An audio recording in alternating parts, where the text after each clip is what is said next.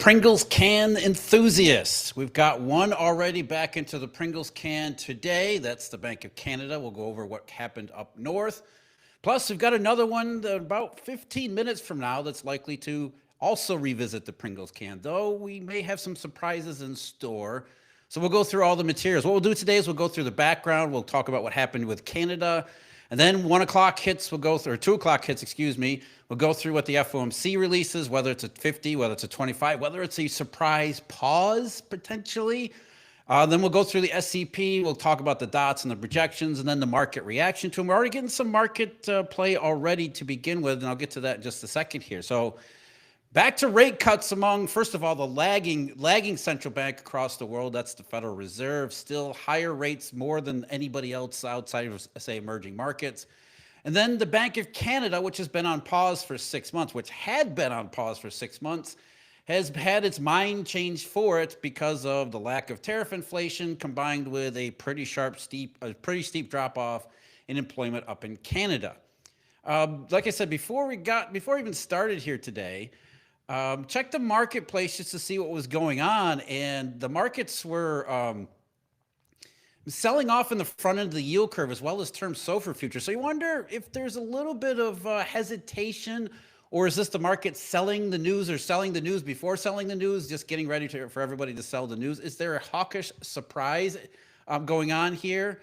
Because term SOFR futures, especially down further the curve, is seeing -6, -7. Though I will say, looking at the market over the last few minutes, there's been some buying interest in term SOFR futures and a little bit on the front of the yield curve. Not a huge amount, but it seems kind of strange that the market would be selling off at term SOFR futures if it thought that Powell had been completely placated and that the Christopher Waller faction, for lack of a better term, has taken the argument. And certainly, Waller has been arguing for a 50 basis point rate cut the entire summer. It seems like, certainly more recently. I mean, his last speech in Miami was titled, "Let's get on with it." And then he talked about, we have zero tariff inflation, and we've got tons of evidence and even more evidence now that the U.S. labor market is leaning toward where Canada is. So the markets, at least for this morning, and the selling, by the way, started right from the get-go, right from the start, regular U.S. trading, the handover to U.S. trading. Suddenly you started seeing selling in terms of SOFR futures. So maybe there's somebody got some inside information. There's a little bit of a hawkish surprise. Maybe it's not a dovish 25. Maybe it's just a straight up 25. Maybe it's a little bit more like Canada, or at least the mainstream interpretation of Canada, what they're saying about Canada. Maybe that had a role in all of this. But either way, the market is leaning toward less aggressive rate cutting out of the Fed. At least that's the message in the short run. And as we know, over the longer term, intermediate and longer term, none of this really matters all that much. We're just really getting into the Pringles can all over again.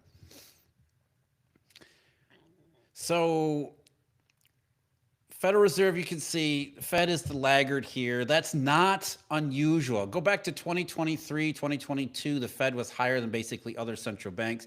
You go back to 2018 and 2019, the Fed was higher than other central banks. The Fed tends to be more institutionally biased against inflation. So it's basically showing its true colors.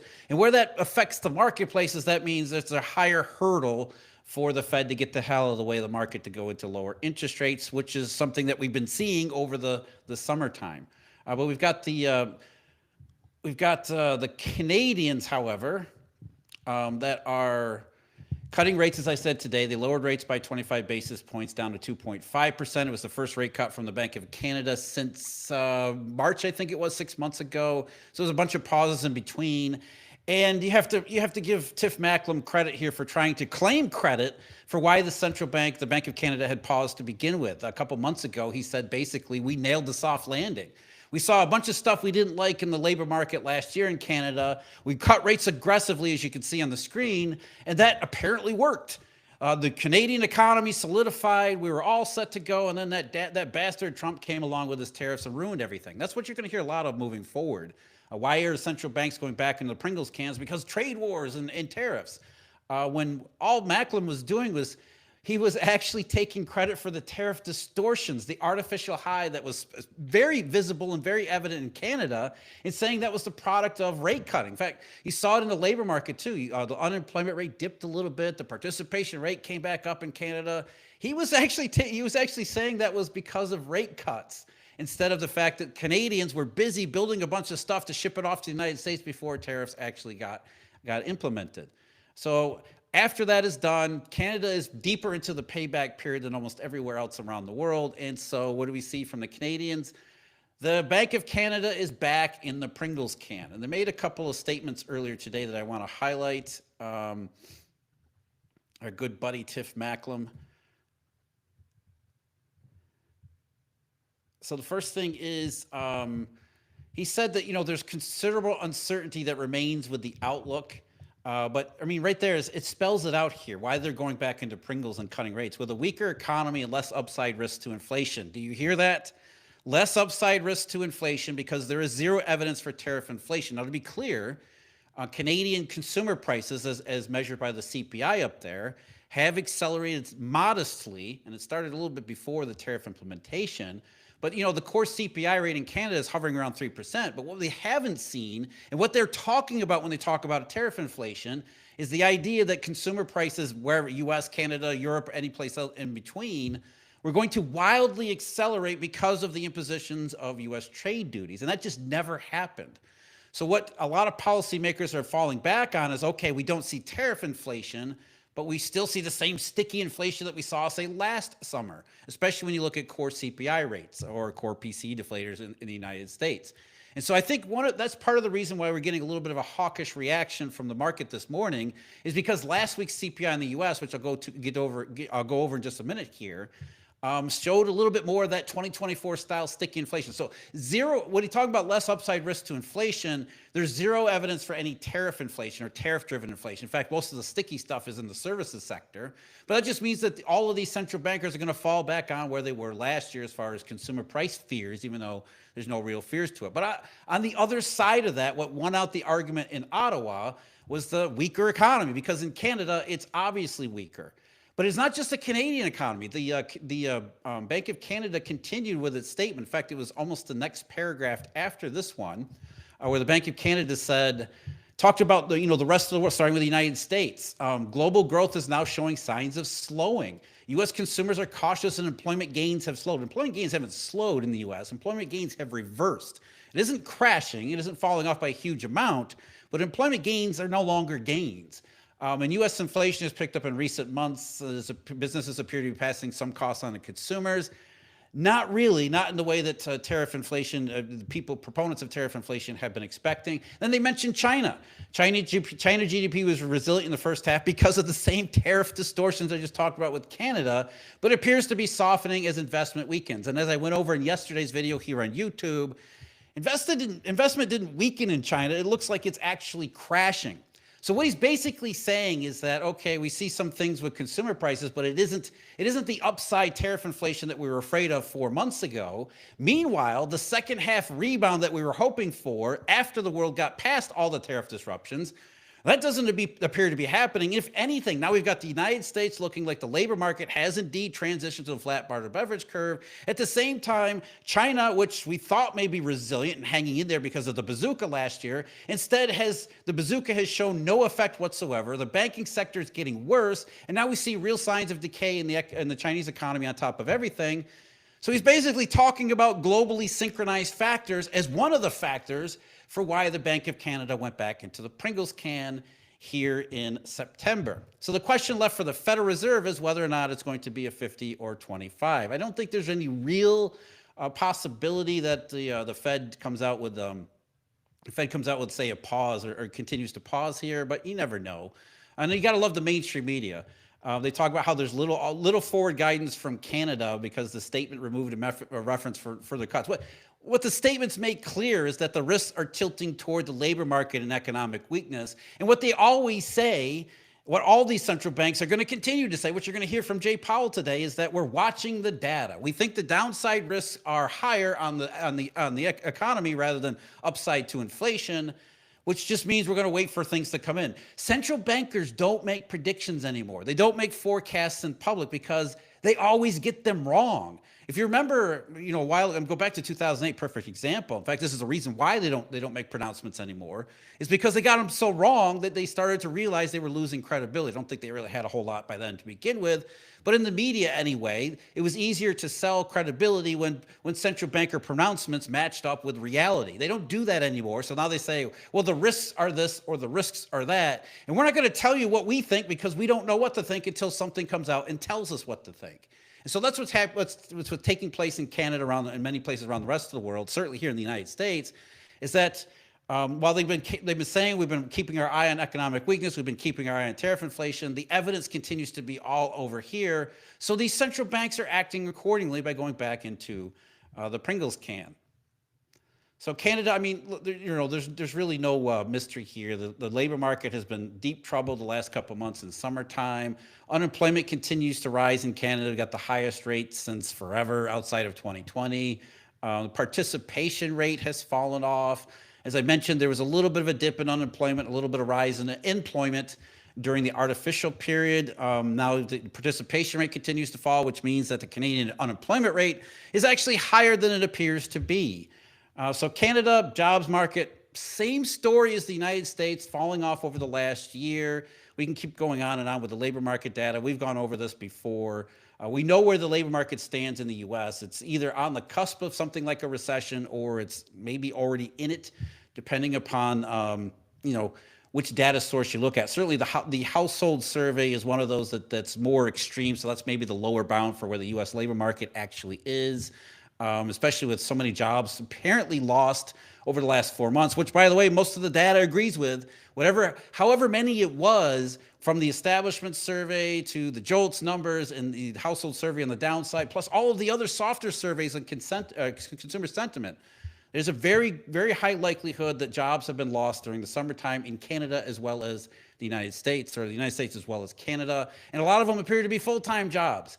Another one that people have ignored, almost 1 million full-time jobs have been lost over the last month or last 4 months, according to the household survey. So we got pretty substantial downside there. The U.S. unemployment rate is rising, especially with when you factor in labor force dropouts, which is another indication that the labor market is in distress. Over the last 4 months, we've seen a huge increase in labor force dropouts.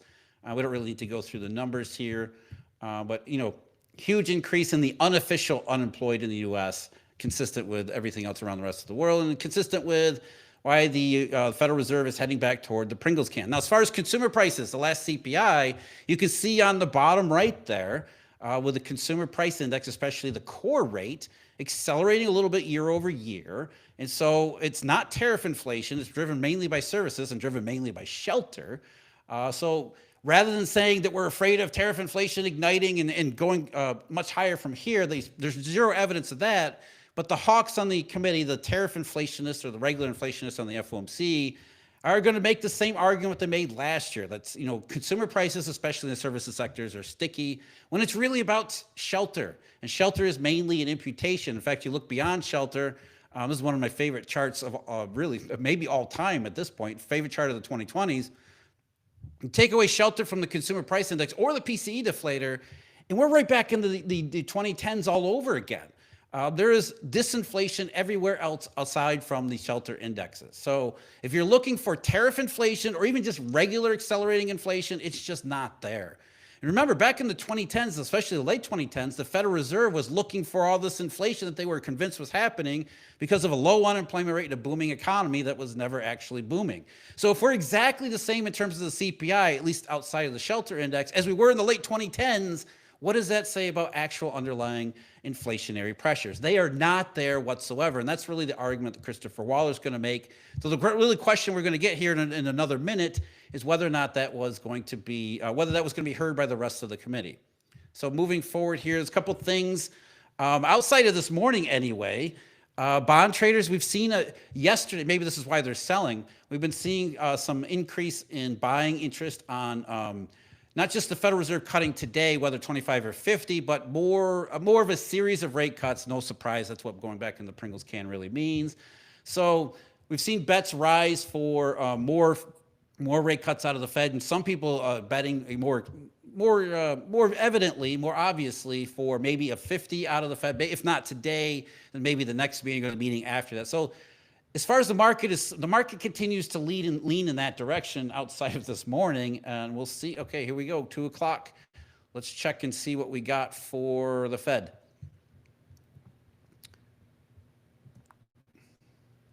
All right, there's the statement. And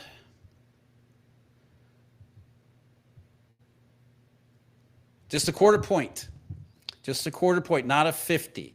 So I got to give credit to Mr. Van Meter, who was leaning for a quarter point to begin with. We talked about this past Sunday.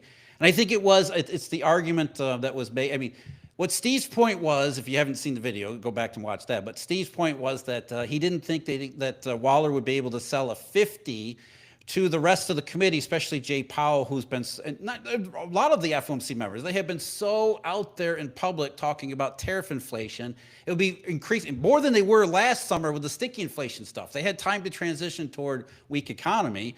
Plus, let's not forget, too, they've got this resilient economy stuff with the macroeconomic data like retail sales, which are likely to fall off as we move forward into this labor market. There's usually a lag between job losses and weak consumer spending, really weak consumer spending. But I think what he said seems to be true here. The Fed cut by a quarter basis point or a quarter percentage point simply because they wanted to do, they're competing sides of this. Was there any dissenters here? Just Stephen Moran, who dissented for a 50 basis point rate cut. Everybody else voted for the 25, including Christopher Waller. So give Van Meter credit for that one too. He had pointed out on Sunday that Waller seemed to have softened his tone, which Steve said was likely, getting some kind of phone call from Jay Powell saying, look, we can't go 50 here. It's just too much for us given how publicly we've been talking about inflation risk. And let's face it, they still don't know for sure whether or not tariff inflation is going to happen or if the sticky inflation will actually continue to stick around. The committee is still confused and still does not want to make a decision. That's really what this comes down to. What they're saying is we still don't have enough evidence to be confident, even though the evidence is overwhelming. We're talking about empty suit bureaucrats here, which is one reason why this is both interesting as well as maddening and frustrating, because you have to get yourself into the mindset of empty-suited bureaucrats. And so what they're saying is we still can't make a decision. However, we do see the fact that the labor market does appear to be incredibly weak. Therefore, we got to do something. And so that's what they've decided to do. And once again, they chickened out by saying, okay, we got to cut, but we're not going to cut by 50 because we're still not sure about everything that's happening in the economy. And as I keep pointing out, let's shut the freaking Fed down because that's their goddamn job. Their whole point of their existing in this modern incarnation has nothing to do with the monetary system. It's entirely about telling us whether or not they think that they should raise or lower interest rates because the economy is heading into either an inflationary condition or not. And the only way this could possibly work, this interest rate targeting, is if they have some idea of how the economy is performing today. What they're basically saying is we have no idea how the economy is performing today. We think it looks a little bit weaker than we thought last time, but we're not really sure.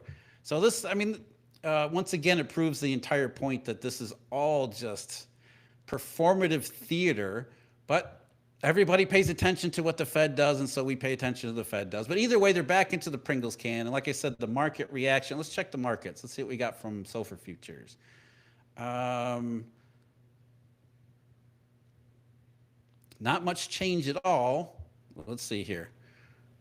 Yep, basically right on the nose. So it looks like the market was expecting a little bit of buying, just a couple basis points, so really nothing big here. It's like the market was expecting this out of the Fed this morning. That essentially we were going to get not really a hawkish surprise so much as not going the full way into the dovish part of the spectrum.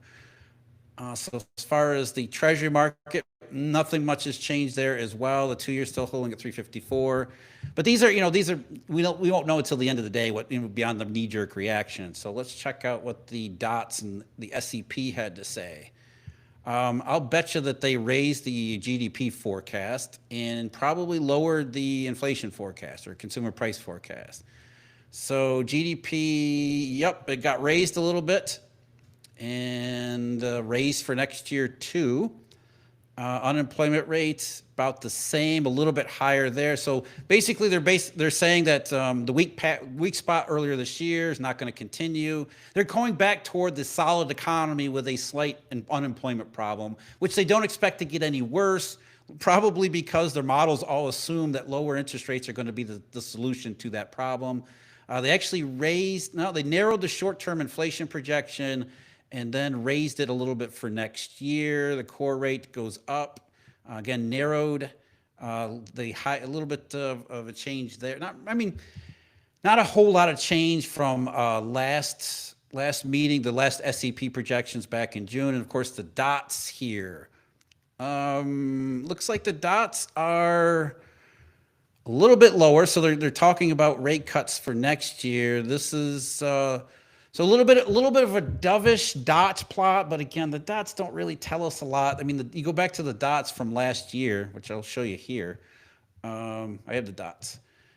You go back to the dots from last year, they didn't really help us out at all.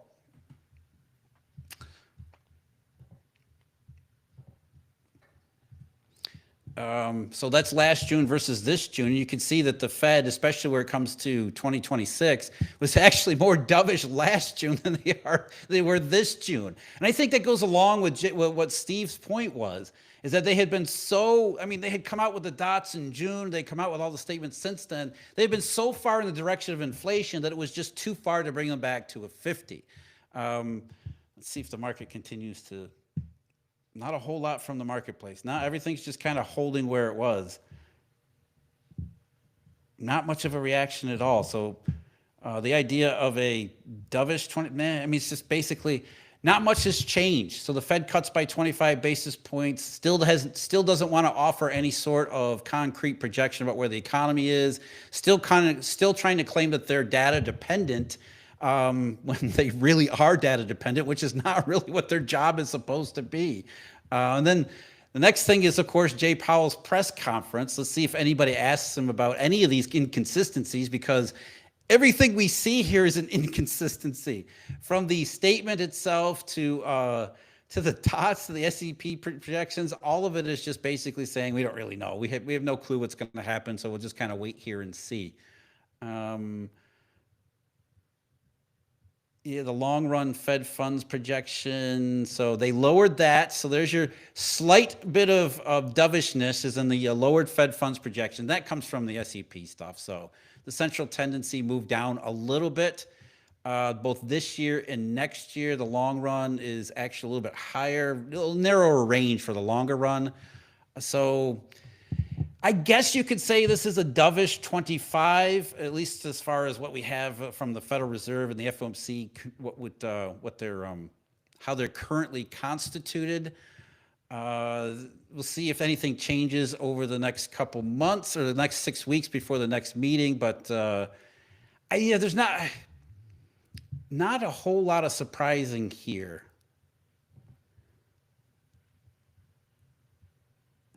Yeah, unwilling to really go the full rate, and the markets are just like, eh.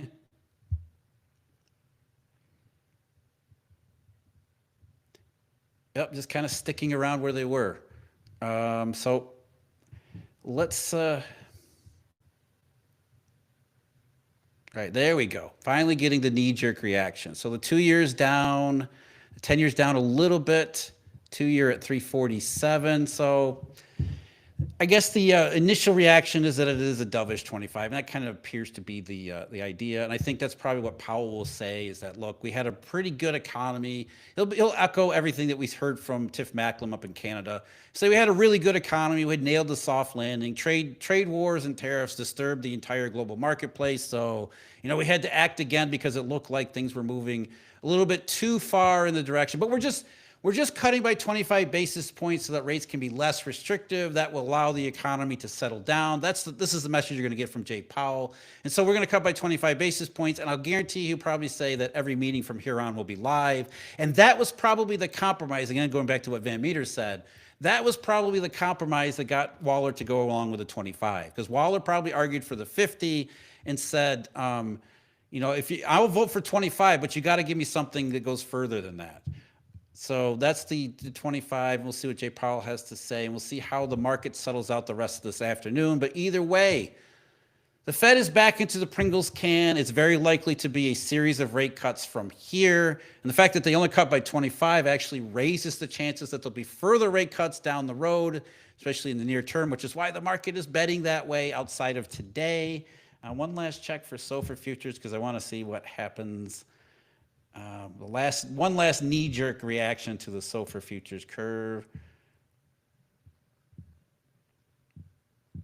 And yeah, there's a little bit of buying around December 2025, a little bit less selling down the curve. So it's basically sort of like the market saying, okay, well, we'll take that SEP projection and we'll apply it to the near term. So if you've been watching the SOFR futures curve, and who doesn't, right? I mean, of course you're watching the SOFR futures curve. If you've been watching the SOFR futures curve, what has been happening up until this point is that the market has been reluctant to price in near-term rate cuts because of all this crap that we get from the FOMC. They refuse to give us any sort of concrete way to evaluate the path forward for short-term interest rates. So the December 2025 and even the March 26 contracts have been sort of hanging in there, where all the buying over the last couple months, we've seen the dollar shortage indications that have gone way up, the yield curve bull steepening, all of these negative signals and pessimistic signals that have been validated by the labor market statistics that we're getting. But in the SOFR futures curve, nobody wants to buy the front end of the curve because they know that the central bankers and politicians or the bureaucrats can be irrational for a very long period of time. So all of the buying, all the pessimism has been hedged into, say, the late 2026s and 2027s. And so what we have here right now is a little bit of a reversal of that, where they're kind of selling the longer term contracts a tiny bit, not a huge amount, and buying those around September, December into 2026 now. But it's basically the reverse of everything that's been going on in the SOFR futures curve. So I don't think the market got full confirmation or full clarity about the near-term path for short-term interest rates, but it's consistent nonetheless. I think it's just, you give Steve credit. He got this one completely right. The Fed is not willing to do any more than that. So now we got Jay Powell's press conference, and let's see, one of our members, Uredale University members on our live Q&A yesterday asked, if somebody was going to ask Jay Powell whether or not he's going to reconcile his solid labor market projection with all the data that we got, or solid labor market characterization, which 2 days before the July payroll report came out, he said the labor market and the economy looks solid. See if he ends up walking that back, and we'll see if anybody in the mainstream media has the nerve to actually ask him a decent question for once. I doubt it. And if they do ask him, it's probably going to be couched in the most friendly softball terms possible. Hey, would you like to walk back your statement? And how can you blame the president and his policies for this? But either way, that's what we got for the Federal Reserve. They're back in the Pringles can. The Bank of Canada's back in the Pringles can. So let's end it here. Market is reacting a little bit in the short end, but not huge reactions. The Fed's still likely to be more confused than not. All right, everybody have a great afternoon. I'll see you again very soon.